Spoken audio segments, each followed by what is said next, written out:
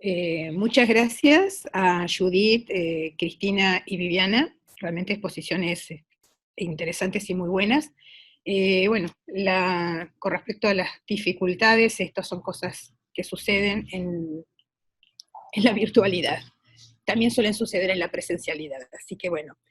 Bueno, vamos a dar comienzo al segundo bloque, donde vamos a hablar de la organización de las terapias intensivas. Yo voy a comenzar con la organización de las terapias intensivas en adultos, organización en UCI en adultos durante el COVID-19. Esto es un poco, fue un programa o un plan de contingencias que se elaboró la SATI, la comisión directiva, junto con los expresidentes y otros integrantes de la SATI, socios de la SATI, y que fue presentado al Ministerio de Salud Nación y fue aceptado.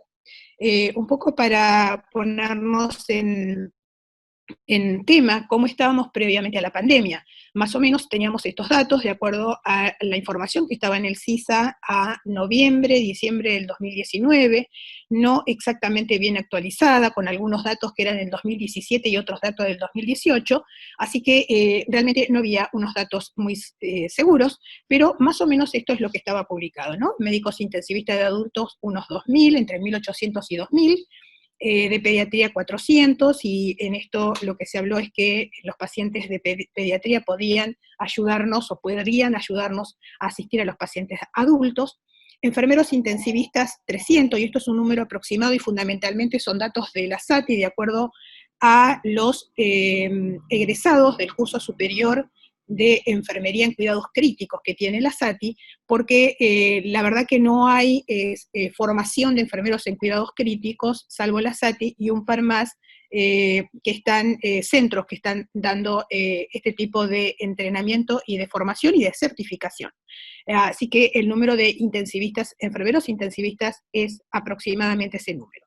El número de terapias intensivas de adultos, 984, de las cuales el 60% aproximadamente públicas y el 40% privadas. Y el número de camas de terapias intensivas de adultos, 8.400, con un número de 18 cada 100.000 habitantes, un número que en cierta manera no está de acuerdo a las recomendaciones de la OMS. Lo importante de las camas de adultos es que el 60% estaban operativas prepandemia, ¿no? Siempre fue así. Fundamentalmente hablando de operativas que tengan el personal intensivista adecuado, que tenga un respirador, que tenga un monitor y que tenga bombas de infusión. Y eso lo cumplía solamente el 60% de las camas de terapia intensiva. Fundamentalmente, lo más crítico siempre ha sido y sigue siendo al día de hoy el personal de salud, o sea, el personal intensivista de las terapias intensivas. Más o menos las camas de terapias intensivas estaban ocupadas o suelen estar ocupadas en un 60-65%, con las variaciones estacionales aumenta un poco durante el verano, sobre todo por los traumas, y en el invierno con las enfermedades infecciosas, fundamentalmente las neumonías de la comunidad. Esto es la relación personal-paciente más o menos ideal, que nuevamente no siempre se cumple o se ha cumplido. Médico-paciente la relación 7-1, enfermero-paciente la relación 1-2 y kinesiólogo-paciente la relación 1-8. Pero nuevamente, debido a la dificultad en el número de personal, estas relaciones muchas veces no se cumplen. ¿Qué está sucediendo ahora durante la pandemia? Bueno, al día de hoy, simplemente para recordar, de acuerdo al informe vespertino, perdón, del Ministerio de Salud de la Nación, tenemos 28.764 casos positivos, con un número que en 24 horas de 1.391, y fundamentalmente todos estos casos se centran en la región del AMBA. La provincia de Buenos Aires tiene 11.712 casos, con un incremento en 24 horas de 747, Cava 13.591 casos positivos, con un aumento en 24 horas de 565, y lamentablemente en las últimas 24, casi 48 horas, Formosa, que era una provincia que se mantenía sin casos junto con Catamarca, en este momento está reportando 24 casos positivos. Habrá que analizar por qué sucedió esto en Formosa, siendo una provincia que pasó de 0 a 24 casos. En este momento, algunos de estos datos son un poco más confiables, otros, la verdad, que son bastante difíciles de recopilar. Nuevamente, los médicos intensivistas adultos, los enfermeros, son más o menos lo mismo, si lamentablemente el personal no se ha podido incrementar y no se puede incrementar, la verdad que es muy difícil. El número de camas de terapias intensivas de adultos, bueno, según el Ministerio de Salud se ha incrementado a 11.000, 11.500, lo cual lleva 24 cada 100.000 habitantes, la mayoría de ellas están en la región del AMBA. Como bien dice ahí, lamentablemente el personal intensivista no se aumentó, francamente, es decir, realmente no hubo un incremento que pudiera acompañar ese número de camas. Sí, el 80 al 100% de estas camas de terapia intensiva tienen un respirador, tienen un monitor y tienen bombas de infusión, aunque las bombas de infusión no son en el número adecuado en muchas terapias intensivas. Los monitores multiparamétricos, no todos tienen los parámetros que debieran tener, pero sí se han incrementado el número de respiradores. Pero seguimos con el problema del personal. En este momento, de acuerdo a los datos, las camas ocupadas de terapia intensiva son en Cava, fundamentalmente están en Cava y la provincia de Buenos Aires, ya nuevamente en el área del AMBA. En Cava, el 64% de las camas de terapia intensiva, tanto públicas y privadas, están ocupadas. En la provincia de Buenos Aires solamente están los datos de las terapias intensivas públicas, que son aproximadamente el 47%, pero lo que hay que decir es que de esto, entre el 7 y el 50% de estas ocupaciones corresponden a COVID, y esto varía de acuerdo a las terapias intensivas, ¿sí? Sí, el 80 al 90% de los pacientes que están en las terapias intensivas están en asistencia ventilatoria mecánica. Con respecto, y esto acá quiero hacer un pequeño hincapié, lo que está sucediendo es que las camas de terapia intensiva se están ocupando mucho más las terapias intensivas no COVID. Las terapias intensivas COVID en varias instituciones permanecen con pocos pacientes, pero se están llenando las no COVID con patologías no relacionadas a infecciones respiratorias y también con pacientes que fueron sospechosos de COVID y entraron en las áreas COVID, pero que luego el resultado fue negativo y tuvieron que ir pasando a las áreas no COVID. Eso hizo que en algunas terapias intensivas, en realidad, la ocupación llegue al 100% de las camas. Esa es la realidad, estos son promedios, pero la realidad es que hay terapias intensivas que tienen el 100% de sus camas de terapias intensivas no COVID ocupadas en este momento, con un 80% de pacientes en ventilación mecánica. La relación personal-paciente, nuevamente repito, prácticamente es igual. Esto, lamentablemente, esto no ha cambiado. ¿Qué fuimos aprendiendo durante todo este tiempo de otros países? Bueno, que es muy importante poder preparar e implementar protocolos para identificar rápidamente y hacer un aislamiento, ¿no?, de los pacientes. Hacer un entrenamiento de educación y evaluación de los conocimientos que se van aprendiendo, un poco como se dijo acá, es muy importante el entrenamiento del personal, preparar la capacidad de camas para el momento pico, contar con un equipo de trabajo que sea sostenible en el tiempo, asegurar una adecuada provisión para equipar las UCIs, el equipo de protección personal y la situación de trabajo adecuado para proteger a todo el personal de salud, medidas estrictas de control de infecciones, un poco como también se dieron en las charlas previas, y mantener la calidad en el manejo de equipo de salud y una adecuada comunicación con todo el personal de salud. Y esto es muy importante, el acompañamiento del equipo de salud en todas las situaciones, en el ambiente de trabajo, en la situación emocional, en la situación, en la carga, en el estrés, es muy importante, porque, como dice más abajo, la preparación de una UCI del equipo personal durante el colapso sanitario lleva al fallo y al agotamiento y al estrés. Y esto lo hemos visto con los países de Europa y de Estados Unidos, donde tuvieron que adecuarse rápidamente y lamentablemente cuando uno los escucha es un poco lo que ha pasado, ¿sí? No han tenido tiempo de prepararse en cuanto a la formación. Lo otro que hemos aprendido de los otros países, que también es muy importante, es el contagio, ¿sí? El personal de salud. En Italia, según las publicaciones, algunas están ahí abajo, hubo hasta un 20% de personal de salud contagiado. en China hasta un 29%, y en Argentina en un momento llegamos aproximadamente el 16%, perdón, y ahora, según los reportes del Ministerio de Salud Nación, es del 10%, ya de hace unos pocos días el Ministerio está reportando el porcentaje de personal de salud infectado.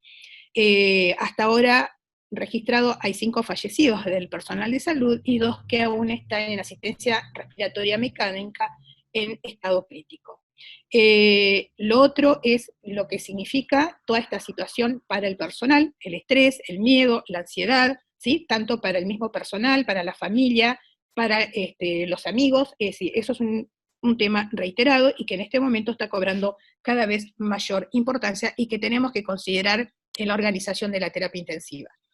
Otro dato interesante también, por lo menos que hay pocos datos estos relevados en la literatura internacional, pero que es interesante, es el contagio intrahospitalario por COVID entre paciente y paciente, ¿no? Por lo menos China ha reportado hasta un 12%. A mi conocimiento realmente no encontré este dato de Argentina, no sé si en algún lado está, pero realmente no lo hemos podido tener para poder saber si esto está sucediendo en nuestras instituciones. En cuanto al entrenamiento, bueno, cada lugar ha implementado prácticas de entrenamiento. La SATI rápidamente comenzó con todos los diferentes métodos o herramientas para lograr la educación, el entrenamiento y el conocimiento a medida que íbamos teniendo mayor conocimiento de esta enfermedad. Y empezamos con el primer webinar, que fue el 1 de febrero de este año, hablando sobre lo que era la enfermedad por coronavirus, lo que era el coronavirus, y luego siguieron realmente, ya llevamos 60 y pico de webinars realizados. Los videos fueron sobre diferentes temas, el uso de PP, respiratorio, shock, nutrición, organización, el sostenimiento del personal, bueno, dos diferentes temas, protocolos, ahora les voy a mostrar varios protocolos que están en la página y muchos protocolos que fuimos compartiendo con el Ministerio de Salud Nación y que fue aceptado por el Ministerio de Salud Nación, programa de educación continua, que es lo que estamos realizando los sábados, programa de educación con el Ministerio de Salud Nación, tanto de adulto, de pediatría, de kinesiología y enfermería, que también es muy interesante, ateneo de casos COVID, que se hace una vez por semana, y cursos de ventilación mecánica fundamentalmente, y de otros temas que se están desarrollando en este momento. El primero de ventilación mecánica comienza el lunes que viene.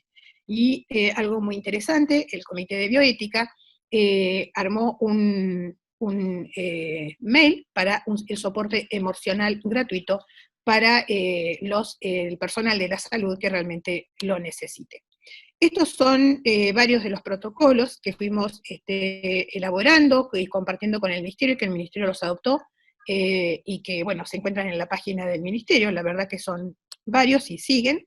Y el último, que tiene que ver con esta charla, que es las recomendaciones para el aumento de la capacidad instalada de las unidades de cuidados intensivos para la recepción de pacientes con COVID-19 a gran escala. Esto también fue presentado. Este fue lo que elaboramos en la SATI, y que fue presentado al Ministerio, y que fue adoptado al Ministerio y publicado el 1 de junio de este año. Lo que este plan, o esta planificación estratégica, toma como puntos el equipo de protección personal, asegurar la provisión en cantidad y en calidad adecuada, porque uno de los temas es que quizás en cantidad parece que son suficientes, pero como hemos hablado ya en el encuentro anterior, la calidad, lamentablemente, de algunos no tenemos claro si la calidad es la adecuada, y fundamentalmente cuál es el soporte o el aval o que estén avalados por las entidades que lo tienen que hacer, las entidades regulatorias de estos elementos. Designar a los hospitales de alta complejidad como centros de referencia para la atención de pacientes graves en cada jurisdicción, porque estos hospitales cuentan en condiciones de normalidad con gran experiencia en la ventilación de pacientes críticos. Tratar de evitar que los hospitales de complejidad, bueno, tengan que atender a estos pacientes críticos, salvo que realmente la situación sea de desborde. convertir los hospitales de alta complejidad en grandes unidades de cuidados intensivos o intermedios, aumentar la capacidad de camas de las terapias intensivas mediante la formación de equipos de médicos, enfermeros y kinesiólogos intensivistas, trabajando en conjunto con médicos de estas especialidades que no sean intensivistas para poder aumentar el problema que en este momento es el del personal. En condiciones de normalidad, como ya dijimos, las relaciones de enfermería y de médicos, fue la que comentamos, y de kinesiólogos. En caso de aumento en la demanda, si cada médico intensivista supervisara 4 médicos no intensivistas que se ocupen de 6 camas cada uno, se podría manejar hasta 24 pacientes. Esto se hizo tomando en cuenta una unidad promedio de 12 camas. Estos números se incrementarán si el número de camas de las terapias intensivas, por supuesto, superan las 12 camas sobre las cuales se elaboró este documento. De la misma manera, si cada enfermero intensivista pudiera contar con 4 enfermeros no intensivistas, cada enfermero podría supervisar a 8 pacientes críticos.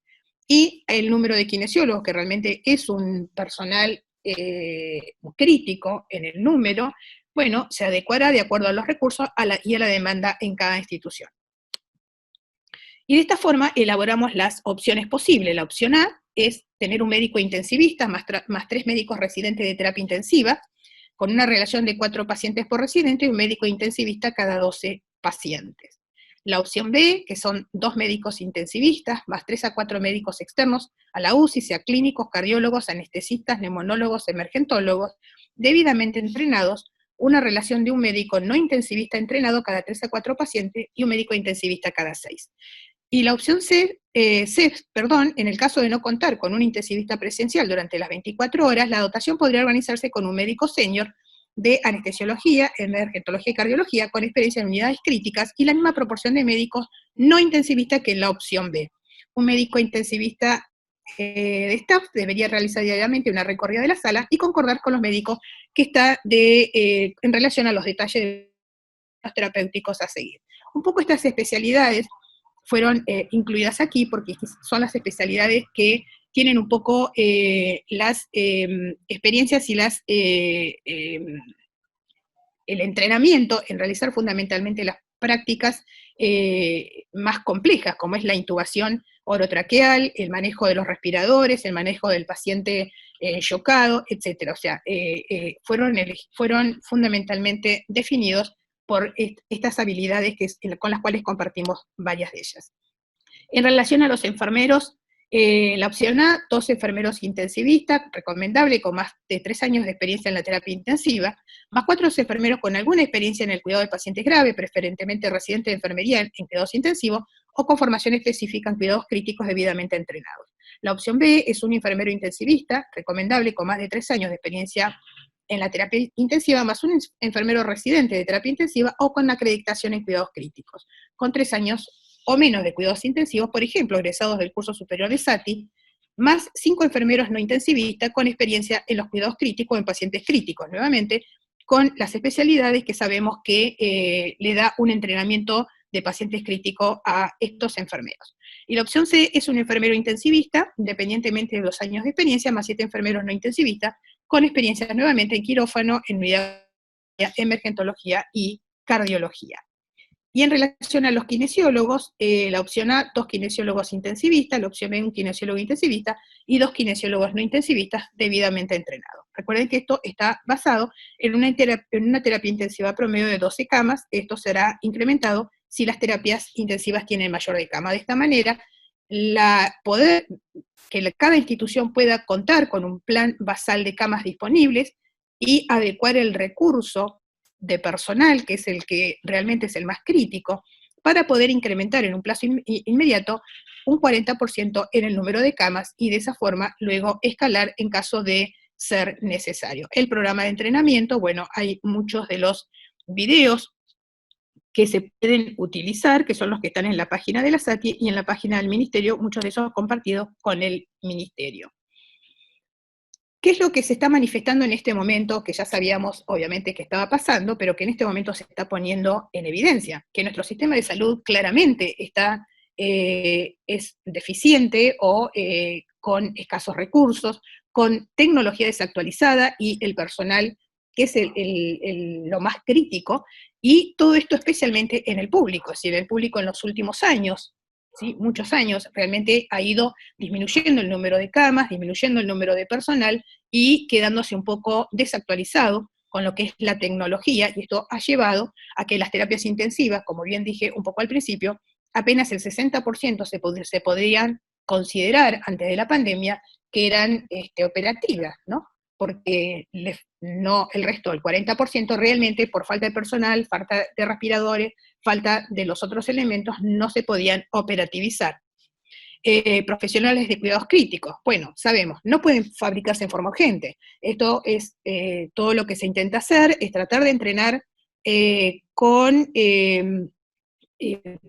parámetros o variables o determinaciones de alerta a determinadas especialidades que tienen algunas cosas en común con nosotros para que nos puedan ayudar en el caso de que se desborden o que se llegue al máximo de la ocupación de las camas en terapia intensiva, y que tengan conocimiento un poco de los pacientes críticos.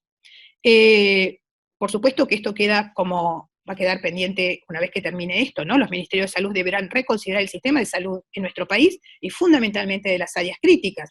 Esto está dicho ya por epidemiólogos a nivel mundial, que los tiempos entre las pandemias se van a ir acortando cada vez más. Por lo tanto, las terapias intensivas o las unidades de cuidados críticos deben tener un foco de atención, porque esta situación de preparación de urgencia no debería suceder, sino debería estar planificado para poder ser implementado en cuanto esto suceda.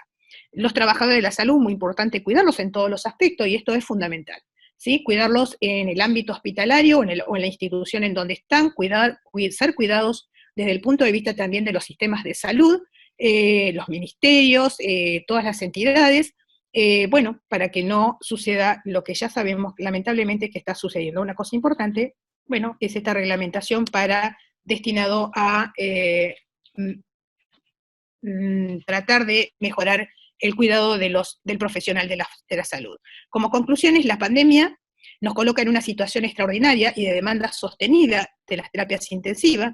Los profesionales de la salud deben tomar el liderazgo para planear e implementar medidas rápidas que aseguren el mantenimiento de las mismas y una adecuada atención de los pacientes. También es muy importante tomar las medidas para continuar con el funcionamiento de las UCIs no COVID, y esto es importante porque es lo que está pasando en este momento, ¿sí? Las terapias intensivas no COVID muchas están llegando al límite de la ocupación de camas, y las terapias intensivas COVID tienen menos pacientes, pero los sospechosos ingresan a las COVID, y cuando se sabe que son negativos, hay dificultades para poder pasarlas a las terapias no COVID. Entonces también hay que focalizar en el manejo y en la organización de las terapias intensivas no COVID, porque un poco como se dijo, los pacientes críticos tienen que venir al hospital, no pueden no ser atendidos, eso lo sabemos y lo estamos diciendo, deben venir al hospital, y el requerimiento de estos pacientes en la terapia intensiva debe ser, estos pacientes deben ingresar a la terapia intensiva cuando lo necesitan. Siempre medidas para proteger al personal con las condiciones éticas y de implicancia social, un triaje consciente y el uso adecuado de los recursos. El uso adecuado de los recursos, quiero remarcar, no significa no usarlos, sino a usarlos adecuadamente, pero si es necesario que el personal se vista con equipo de protección personal de nivel 3, la institución debe contar con esos recursos. Y esos recursos, nuevamente repito, deben ser de calidad, y esto se debe asegurar. Muchas gracias.